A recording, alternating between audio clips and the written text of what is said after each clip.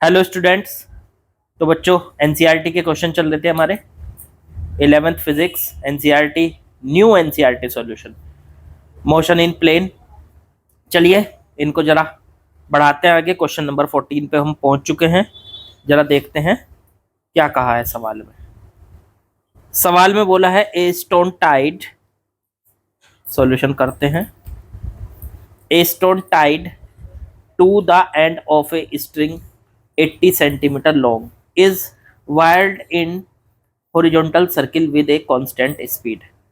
एक मान लीजिए आपके पास स्ट्रिंग है, रस्सी है। रस्सी से हमने एक पत्थर को बांध लिया और उसको हॉरिजॉन्टल सर्किल में हम घुमा रहे हैं, ठीक है। और ये जो रस्सी है इसकी लेंथ दे रखी है L 80 सेंटीमीटर, ठीक है। मैंने इस तरीके के फिगर बना दिया आपके सामने। ऐसे वो घूम रही है, देखो ऐसे, जैसे मैं एरो घुमा रहा हूँ ऐसे वो घूम रही है। वो इस तरीके से ऐसे घूम रही है, उसकी स्पीड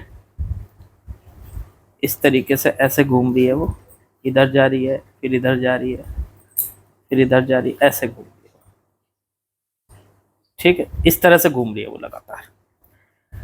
अब यहाँ पे इसमें बोला है 14 रिवॉल्यूशंस इन 25 सेकेंड। इसने जो है वो 25 सेकंड में 14 रिवॉल्यूशन लगाए हैं। अच्छा, एक बात यहाँ पे नोट करने की और है कि इसकी जो स्पीड है वो हर जगह कांस्टेंट है बच्चों। मतलब हर जगह स्पीड कांस्टेंट है। एक कांस्टेंट स्पीड के साथ ये जो स्टोन है, रस्सी से बंधा हुआ स्टोन है, ये घूम रहा है।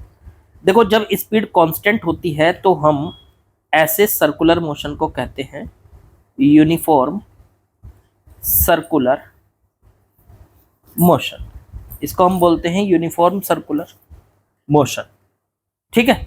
अब यहां से ये दिया है इन्होंने। अब यूनिफॉर्म सर्कुलर मोशन की एक खास बात होती है, जब भी पार्टिकल सर्कुलर मोशन करता है, घूमता है, और यूनिफॉर्म सर्कुलर मोशन करता है, तो उसकी जो स्पीड होती है वो लगातार कांस्टेंट रहती है। वही यहाँ पे है, स्पीड क्या रहती है? कांस्टेंट रहती है, बदलती नहीं है, ठीक है।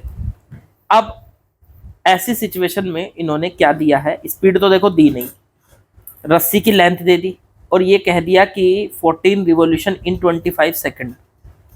तो 14 रिवॉल्यूशन में कितना टाइम लगा? वो लगा 25 सेकंड। तो एक रिवॉल्यूशन में कितना टाइम लगा? एक रिवॉल्यूशन में तो वो लगा 25 बटे में 14 सेकंड। और एक रिवॉल्यूशन में लगे हुए टाइम को हम क्या कहते हैं बच्चों?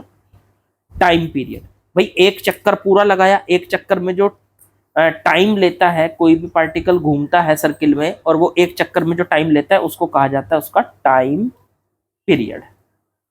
तो इसका टाइम पीरियड हमें पता चल गया। तो यूनिफॉर्म सर्कुलर मोशन करते हुए पार्टिकल का टाइम पीरियड हमें पता चल चुका है। अब टाइम पीरियड का जो फॉर्मूला होता है ना बच्चों, वो यहां पे लगाएंगे। तो एक बात बताओ, जब कोई पार्टिकल सर्किल में घूमता है, देखो इस तरह से यूनिफॉर्म सर्कुलर मोशन करता है, मान लो यहाँ पे उसकी स्पीड v है, इधर भी उसकी स्पीड v है, हर जगह उसकी स्पीड v है, यहाँ पे भी उसकी स्पीड v है, यहाँ पे भी उसकी स्पीड v है, हर जगह स्पीड v है, और रेडियस r है, ठीक है।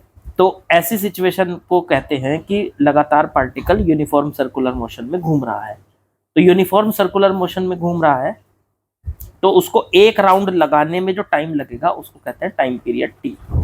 और उसका फॉर्मूला होता है time is equal to distance upon speed, distance बटे में स्पीड। तो डिस्टेंस कितनी है? यहाँ पे एक राउंड लगाने की डिस्टेंस होती है 2πr, और स्पीड मान ली मैंने v।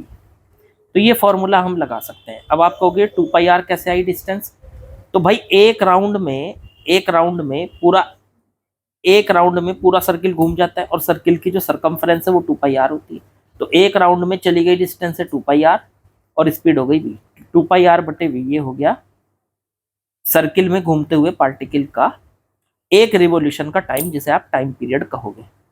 अब टाइम पीरियड उन्होंने कितना दिया है, उन्होंने दिया है ये टी की वैल्यू ये दी है, इसको उठा के हम यहाँ रख देंगे 25/14 सेकेंड बराबर 2 पाई आर की वैल्यू हो गई, आर की वैल्यू कितनी दी है 80 सेंटीमीटर।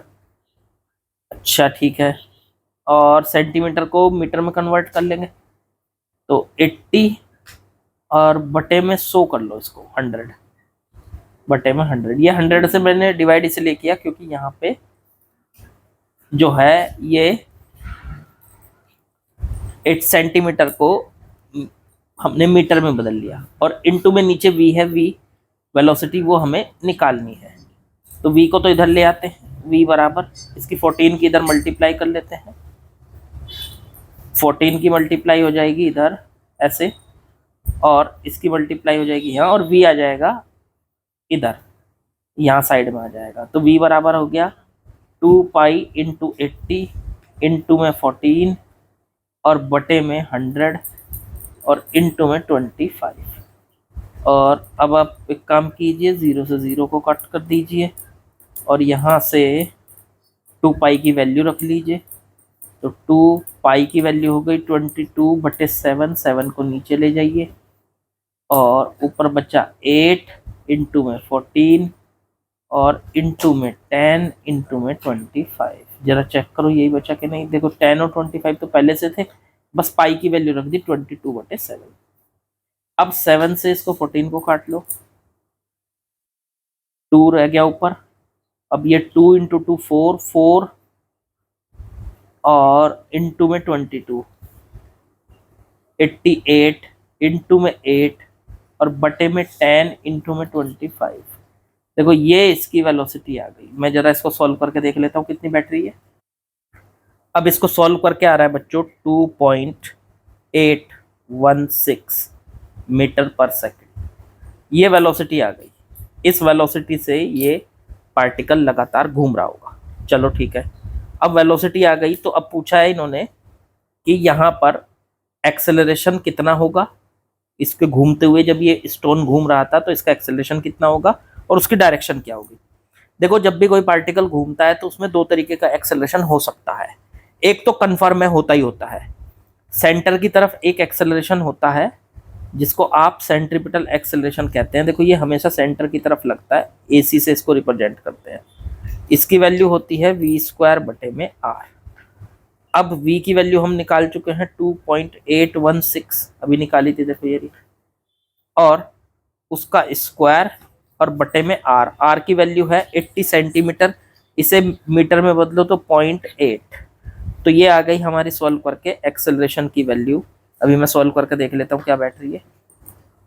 इसको सॉल्व करके बन रहा है बच्चों 9.91 मीटर पर सेकेंड स्क्वायर। ये एक्सेलरेशन यहाँ पे आ गया इस घूमते हुए पार्टिकल का, या कहो सर्किल में घूमते हुए पार्टिकल का जो सेंटर की तरफ सेंट्रीपिटल एक्सेलरेशन है वो हमने कैलकुलेट कर लिया। अच्छा, इसमें ना दो टाइप के एक्सेलरेशन हो सकते हैं। एक तो होता ही है, ये सेंट्रीपिटल तो होता ही है। जब भी कोई पार्टिकल घूमेगा, देखो जैसे सर्किल में घूमता है पार्टिकल, ये आपको पता भी होगा कि जब पार्टिकल सर्किल में घूमता है तो एक तो सेंटर की तरफ एक्सेलरेशन होता है पार्टिकल का, सर्किल में जब वो घूमता है सेंटर की तरफ जो एक्सेलरेशन होता है वो होता है AC, और एक जिधर वो घूम रहा है उसकी जिधर वेलोसिटी है उसके अलोंग, उसकी डायरेक्शन में या उसके अपोजिट, मतलब उसके पैरेलल कह लो आप, तो उसके पैरेलल एक एक्सेलरेशन होता है AT। ठीक है ना। अब AC तो हमेशा होता है, ठीक, जब भी पार्टिकल सर्किल में घूमेगा AC होगा ही होगा, लेकिन AT डिपेंड करता है अगर उसकी स्पीड सेम रहेगी, मतलब अगर वो पार्टिकल घूम रहा है सर्किल में और उसकी स्पीड नहीं बदल रही। जैसे ये पार्टिकल है, देखो ये, इसकी स्पीड लगातार हर जगह एक जैसी, यहाँ v है, यहाँ पे v है, यहाँ पे भी v है, इसकी पार्टिकल की स्पीड यहाँ पे भी v है, यहाँ पे भी v है, हर जगह v है। तो जब हमारे पास यूनिफॉर्म सर्कुलर मोशन होता है तो AT की वैल्यू 0 होती है, क्योंकि AT का काम है उसकी स्पीड को बदलना। अब स्पीड तो उसकी बदल नहीं रही, स्पीड लगातार कांस्टेंट है, तो यहाँ पे AT की वैल्यू बच्चों 0 होती है। तो हम यहाँ से एक बात कह सकते हैं, in uniform circular motion circular motion, AT will be 0। AT क्या होगा वहां पे 0 होगा। तो बस एक ही एक्सेलरेशन बचा, वो बचा AC। तो यहाँ पे AC की वैल्यू कितनी आई है हमारी निकल के, और 9.91 मीटर पर सेकंड स्क्वायर। अच्छा एक बात और, ये तो आ गई हमारी AC की वैल्यू। अब पूछी थी डायरेक्शन। याद रखो डायरेक्शन जो होती है, सेंट्रीपिटल एक्सेलरेशन की जो डायरेक्शन होती है वो हमेशा सेंटर की तरफ होती है, वो हमेशा सेंटर की तरफ होती है। तो हम यहां से ये भी कहेंगे कि इसकी जो डायरेक्शन है टुवर्ड्स सेंटर है, सेंटर की तरफ है यहाँ पे इसकी डायरेक्शन। तो हमारे दोनों आंसर आ गए। इन्होंने पूछा था what is the magnitude and direction of acceleration of stone. एक तो उसका मैग्नीट्यूड बताना है कि एक्सेलरेशन कितना है, और ये बताना है कि एक्सेलरेशन किस डायरेक्शन में। हमने दोनों आंसर आपको दे दिए हैं। ठीक है, आई थिंक आप लोगों को बहुत अच्छे से समझ में आया होगा, बिल्कुल क्लियर हुआ होगा। चलिए मिलते हैं अगले क्वेश्चन में। Like share subscribe comment. Okay बच्चों।